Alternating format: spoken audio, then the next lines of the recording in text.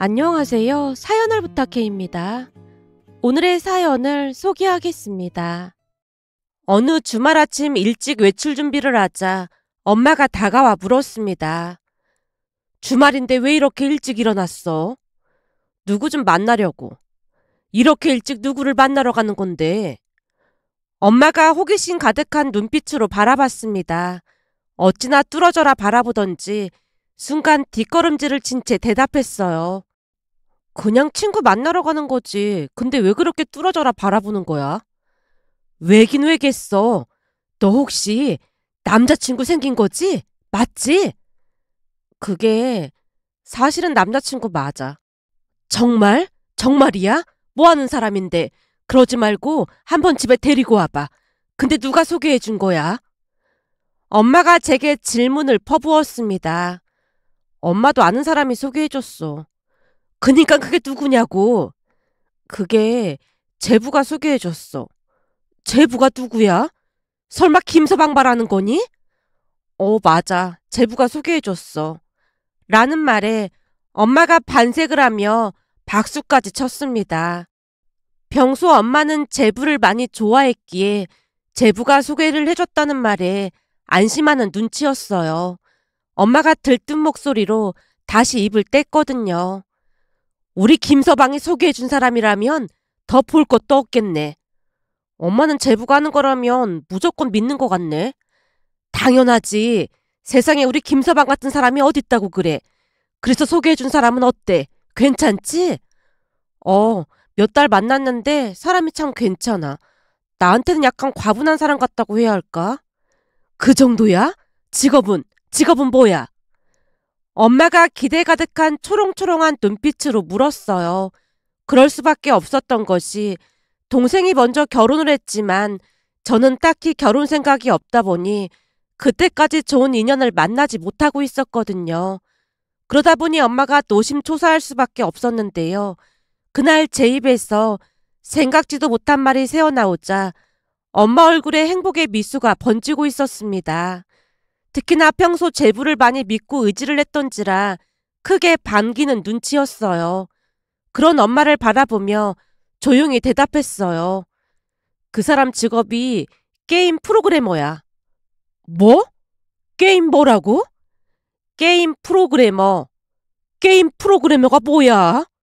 다소 생소한 단어인 듯 순간 엄마가 당황한 표정이었어요. 눈을 동그랗게 뜨고 다시 물었거든요. 게임 프로그래머가 뭐 하는 건데? 그게 게임 개발하고 그러는 거지 뭐. 뭐? 게임 개발? 그게 직업이란 말이야?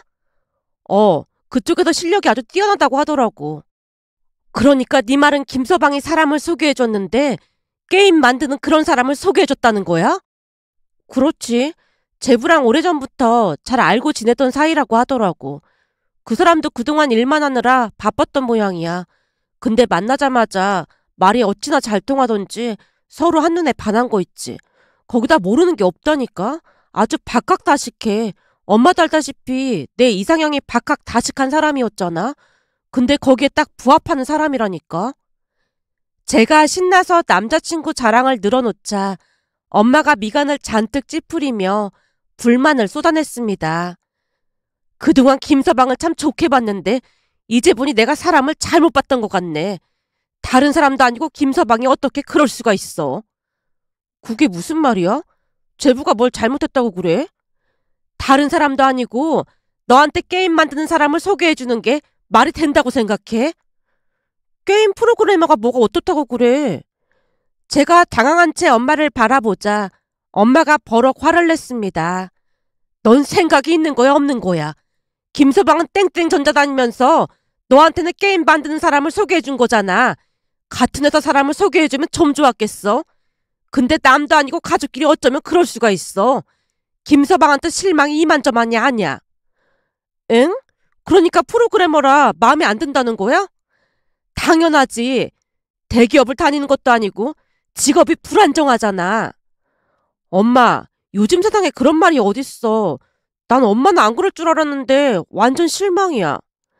놀라서 엄마에게 말을 하고 있던 사이 아빠가 거실로 나오면서 제 편을 들었습니다. 영주 말이 맞지. 이제는 세상이 바뀌었는데 뭔 대기업을 찾고 있어. 당신도 생각을 좀 바꿔야겠구만. 아무리 그래도 게임 만드는 사람이라니 그건 좀 아니잖아. 그게 아니긴 뭐가 아니야.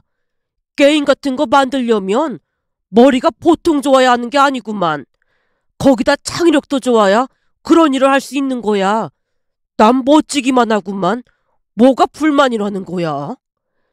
뉴스 보면 게임에 중독돼서 밤새 게임만 하고 그런 사람들 많잖아. 근데 게임 만드는 사람이라고 하면 게임을 얼마나 많이 하겠어. 그런 사람이랑 결혼하면 육아나 살림을 도와주기는 할 것 같아. 여보, 그것도 사람 나름인 거지. 한마디로 게임 개발하는 사람이 다 그렇다는 건 이상한 편견인 거야. 사람이 중요한 거지. 그게 뭐가 중요하다고 그래. 그리고 난 게임 프로그래머 참 멋지다고 생각해. 나도 회사를 오래 다녔지만 요즘은 창의적인 직원들이 참 마음에 들더라고. 우리는 상상도 못할 일들을 기획하더라 그 말이야. 당신이 잘 모르나 본데 지금껏 세상을 변화시킨 건 대부분이 창의적인 사람들이었어. 난 무조건 찬성이다. 아빠가 적극적으로 지지를 하자 엄마도 더 이상 별다른 말을 하진 않았는데요. 여전히 불만스러운 표정이었습니다. 김서방은 왜 하필 게임 만드는 사람을 소개해주고 그래? 같은 회사 사람 소개해주면 얼마나 좋았겠어. 김서방이 소개해줬으면 더 이상 뭐 볼 것도 없겠네. 김서방이 어련히 알아서 괜찮은 사람 소개해줬을 텐데 뭐가 불만이야? 영주 너는 어때 보여? 사람이 아주 진국이라니까? 엄청 자상하고 착해. 그럼 됐지 뭐가 문제야. 우선 잘 만나보고 나중에 집에도 한번 데리고 와봐. 라는 아빠 말에 제가 고개를 크게 끄덕였는데요. 엄마는 여전히 못마땅해하는 표정이었지만 아빠 말처럼 남자친구는 많이 똑똑하고 저한테는 과분한 사람이었습니다. 그랬기에 시간이 지날수록 남자친구와 결혼을 해야겠다는 확신이 들었어요. 그리고 7개월이 지나갈 무렵 남자친구가 프로포즈를 했고 집에 인사를 시켰는데요. 남자친구에게 이런저런 질문을 하던 아빠와는 달리 엄마 표정은 여전히 좋아 보이지 않았습니다. 잠시 후 남자친구가 돌아간 뒤 아빠와 제부가 대화를 하고 있던 사이 엄마가 동생에게 불만의 소리를 늘어놨어요. 김서방한테 실망이 이만저만이 아니야. 우리 그이한테 실망을 했다니? 그게 무슨 말이야? 직업도 그렇고 키도 그렇고 김서방보다 뭐 하나 나은 게 없잖아. 내가 볼 때 일부러 그런 사람을 소개해준 것 같다니까. 너도 동생이 돼서 그러는 거 아니야. 엄마야말로 욕심이 너무 많은 거 아니야? 내가 욕심이 많긴 뭐가 많다고 그래. 예비형부 키가 작은 편도 아니구만. 뭐가 불만이라는 거야? 저 정도면 딱 평균이구만. 김서방이 훨씬 더 크잖아. 엄마, 김서방 키가 185잖아. 김서방이 다른 사람들에 비해 큰 거지. 딱 보니 예비형부 키가 175는 될 것 같구만. 직업도 좀 그렇고 키도 좀 그렇고 이왕이면 김서방이랑 비슷한 사람 소개해주면 좀 좋아. 엄마가 불만스레 입을 삐죽이고 있자 동생이 고개를 절레절레 흔들며 말했어요. 언니한테 듣던 대로 예비형부 직업이 마음에 안 드는구나? 결혼해서 내내 게임만 하고 그러는 거 아닌지 걱정도 되고 그 게임 만들어서 무슨 돈이 될까 싶기도 하니까 그렇지. 엄마, 예비형부 월급도 만만치 않아. 그거 다 엄마 욕심인 거야. 김서방한테 들어보니까 진짜 좋은 사람이래. 그리고 엄마가 잘 모르나 본데 김서방이 지켜보니까 주위에 결혼하고도 한눈 파는 사람들이 한둘이 아니더래. 근데 예비형부는 절대 그럴 사람이 아니라 소개해준 거라고 하더라고. 그건 그래 보이긴 하더라. 관상을 보니까 한눈 팔고 그럴 것 같진 않더구만. 맞아. 딱 그래 보이잖아. 얼마 전에 우리 회사도 유부남 유부녀가 눈 맞았는데 그 유부녀 남편이 회사까지 쫓아와서 난동 피우고 난리가 났었잖아. 엄마가 잘 모르나 본데 그런 사람들 은근히 많아. 그러니까 사람 겉만 보고 판단하면 안 되는 거야. 동생이 얘까지 들어가면서 말을 하자 엄마가 놀란 채 물었습니다. 뭐? 유부남 유부녀가 눈이 맞았다고? 그랬다니까. 이건 무슨 동물의 왕국도 아니고 진짜 대단하더라고. 암튼 김서방이 괜찮은 사람 소개해줬으니까 너무 걱정하지 마. 엄마 설마 김서방을 못 믿는 거야? 라는 말에 엄마가 세차게 고개를 가로저었습니다. 그날 이후부터 엄마도 조금씩 안심을 하는 눈치였는데요. 양가 인사를 드리고 상견례를 하고 난 뒤에는 더욱 마음을 놓는 듯 해 보였습니다. 상견례 날 시부모님 두 분에게서 단정하고 고고한 인품을 느낄 수 있었거든요. 상견례를 끝나고 집에 들어오자마자 엄마가 기쁜 목소리로 말을 꺼냈습니다. 사돈 두 분이 고상한 게 아주 마음에 드네. 막 시집살이를 시키거나 억지를 부릴 것 같진 않다. 민호 씨 말로는 절대 그럴 일 없을 거라고 하더라고. 민호 씨 형수님이랑도 사이가 좋은 모양이야. 그렇지. 딱 그래 보이더라. 사돈 두 분을 보니까 정서방이 더 마음에 드네. 이제는 확실히 마음이 놓이는 모양이네. 정서방이라는 말을 하는 거 보니까. 우리 맞사이인데 당연히 정서방이지. 라며 엄마가 만족한 웃음을 짓고 있었습니다. 그렇게 얼마 뒤 우리는 결혼을 했습니다. 그리고 예상대로 남편은 자상하고 좋은 사람이었어요.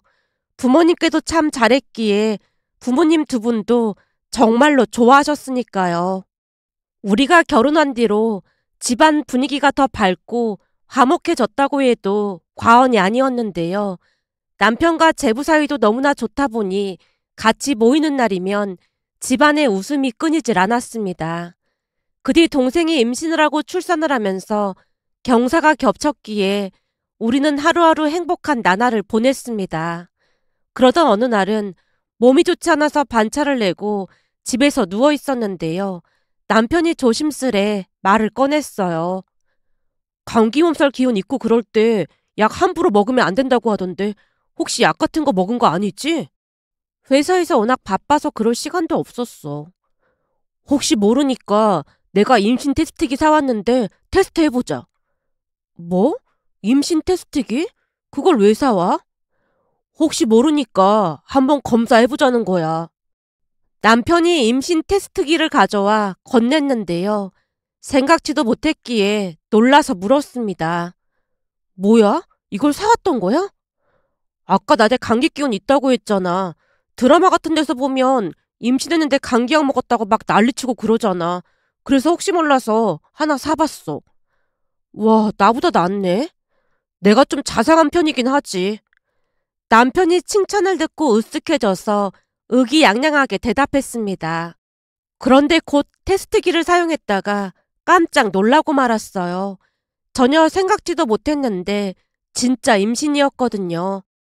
테스트기를 보자마자 남편이 기쁜 목소리로 시어머님께 연락을 했고 저도 엄마에게 연락을 했습니다.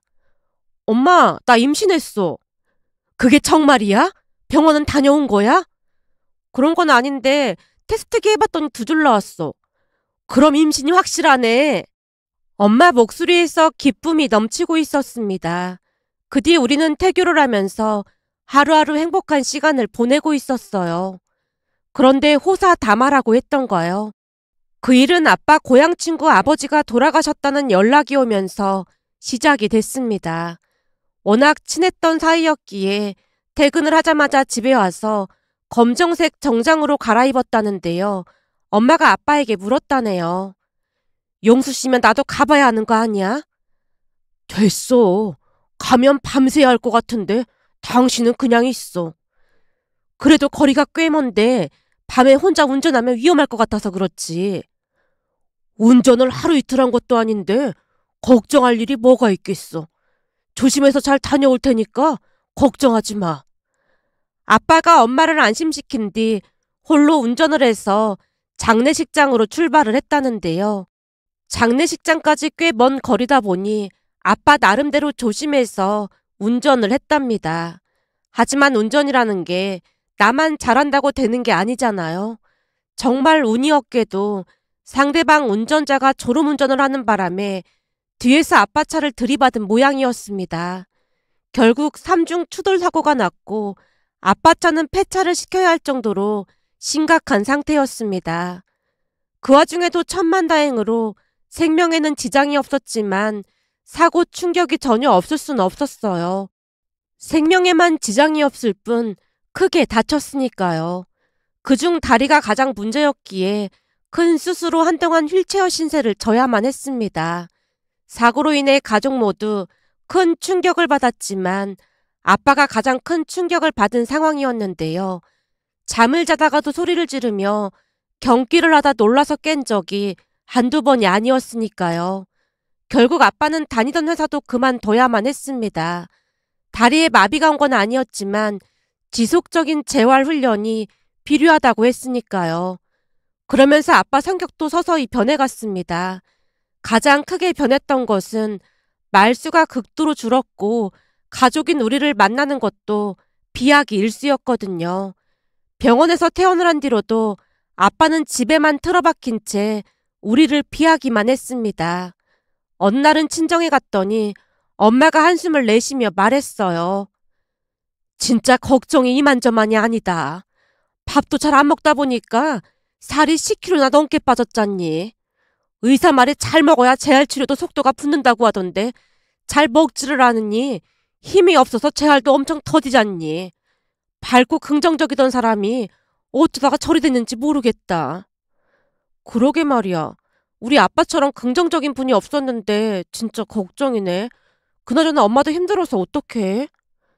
네 아빠가 힘들지 내가 힘들 게 뭐가 있겠어. 네 아빠가 걱정인 거지. 엄마, 그래서 말인데 며칠 전에 그이가 먼저 말을 꺼냈거든?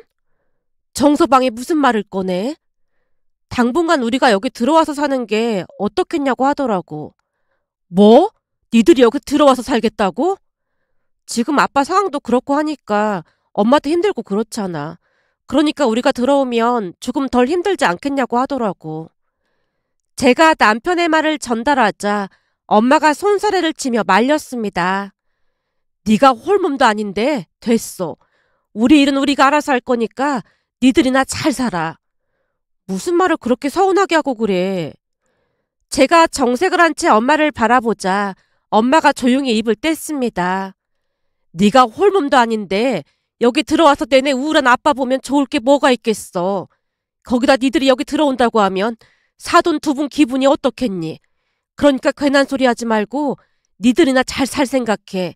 네 아빠야 워낙 밝은 사람이었으니까 곧 괜찮아질 거야. 라며 엄마가 단박에 거절을 했습니다. 그렇게 얼마 뒤 아빠 생신이 다가와서 다시 엄마에게 찾아가서 상의를 했어요. 엄마, 조금 있으면 아빠 생신이잖아. 정서방이 엄청 좋은 레스토랑 예약한다고 하거든? 원래 거기가 몇 달 전부터 예약을 해야 하는 곳인데 아는 사람을 통해서 예약할 수 있다나 봐.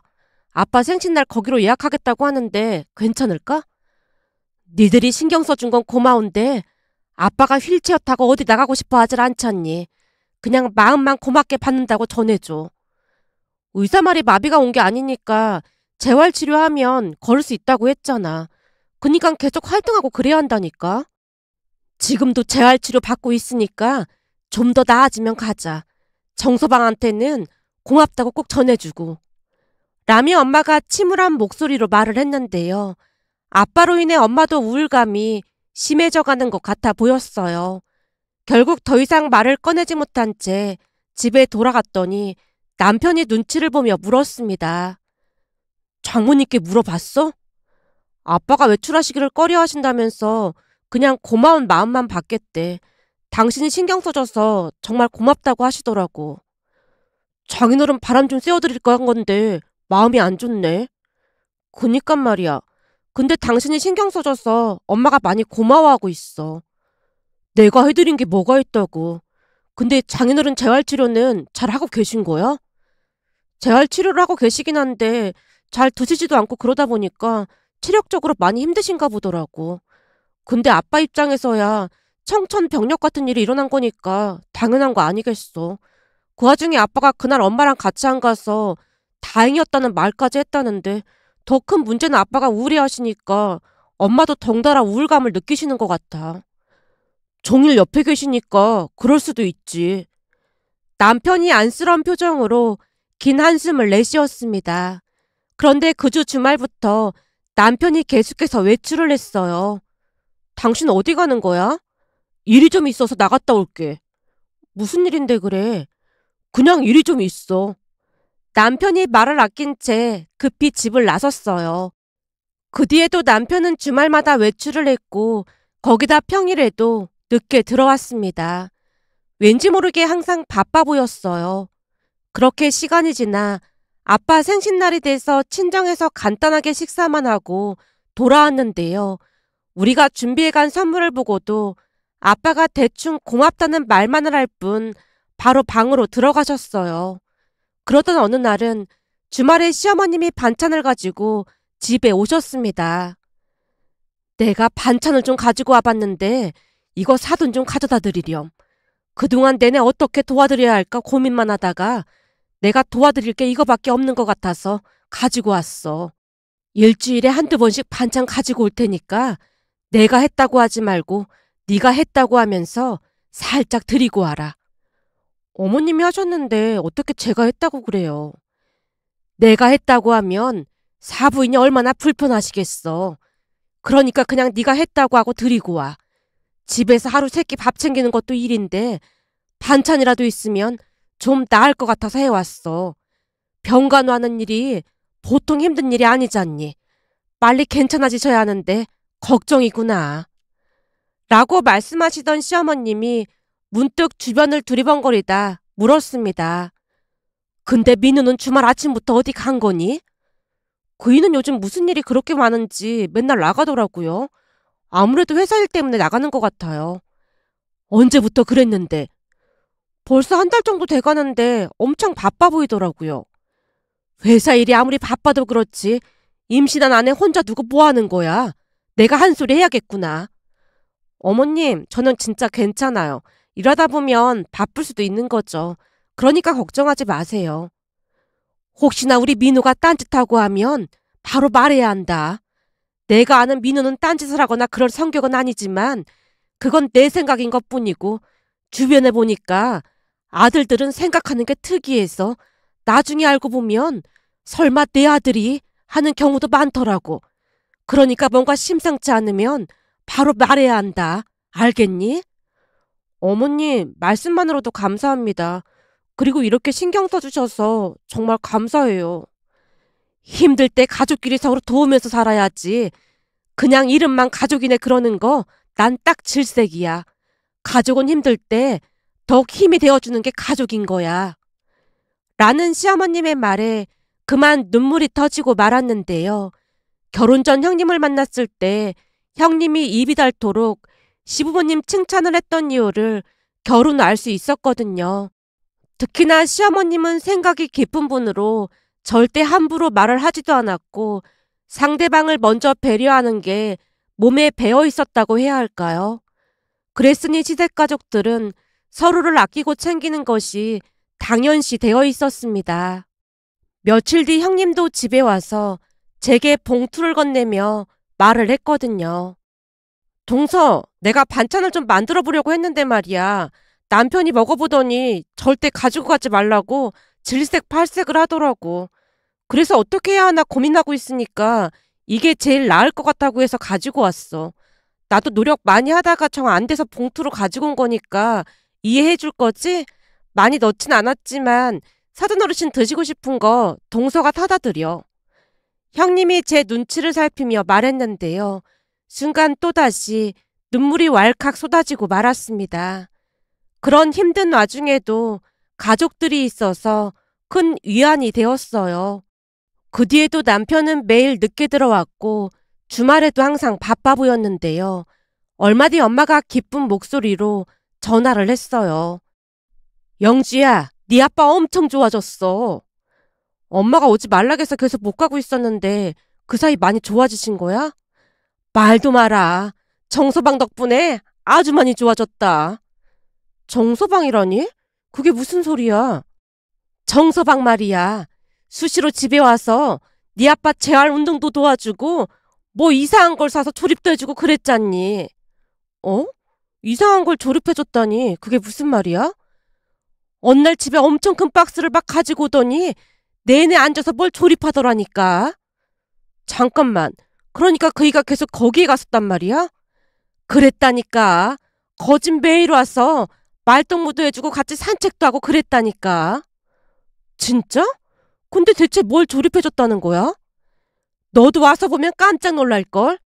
교통사고 난 이후에 운전 트라우마가 심했는데 정서방 덕분에 요즘 네 아빠 다시 운전도 시작했잖니. 뭐? 아직 완쾌된 것도 아닌데 운전을 하면 어떡해. 제가 놀란 채 소리쳤는데요. 엄마가 웃음을 참으며 대답했습니다. 걱정하지 마. 운전을 진짜 기가 막히게 한다니까. 나도 옆에 태우고 드라이브 시켜주는데 젊었을 때 생각도 나고 그렇다니까. 아니 대체 무슨 말을 하는 거야? 궁금하면 이번 주 주말에 와서 보던지. 라며 엄마가 전화를 끊었습니다. 그날 늦게 집에 들어온 남편에게 물었어요. 여보, 그동안 일 때문에 바쁜 줄 알았더니 친정에 갔던 거야? 아, 그게 겸사겸사 갔던 거야. 당신도 일하느라 많이 피곤할 텐데. 아니야. 어차피 취미생활이라 아주 재미있어. 뭐? 취미생활? 엄마도 그렇고 당신도 그렇고 대체 무슨 말을 하는 거야? 그러니까 한마디로 장인어른이랑 같이 취미생활을 하고 있다는 말이야. 장인어른이랑 같이 하니까 얼마나 재밌는지 몰라. 당신도 궁금하면 이번 주 주말에 같이 가던지. 라며 남편이 설레이는 마음을 감추지 못하고 있었습니다. 그 모습에 대체 무슨 일이 일어난 것인지 궁금증이 일어 주말이 되기만을 기다렸는데요. 토요일 아침 일찍 친정에 갔다가 거실을 보고는 놀라서 입이 다물어지지 않았어요. 거실에 어마어마하게 큰 TV가 설치되어 있었던 것뿐만 아니라 자동차 핸들과 똑같이 생긴 핸들과 함께 운전석 의자까지 설치되어 있었는데요. 한마디로 자동차 운전석을 그대로 가져다 놓은 것 같았습니다.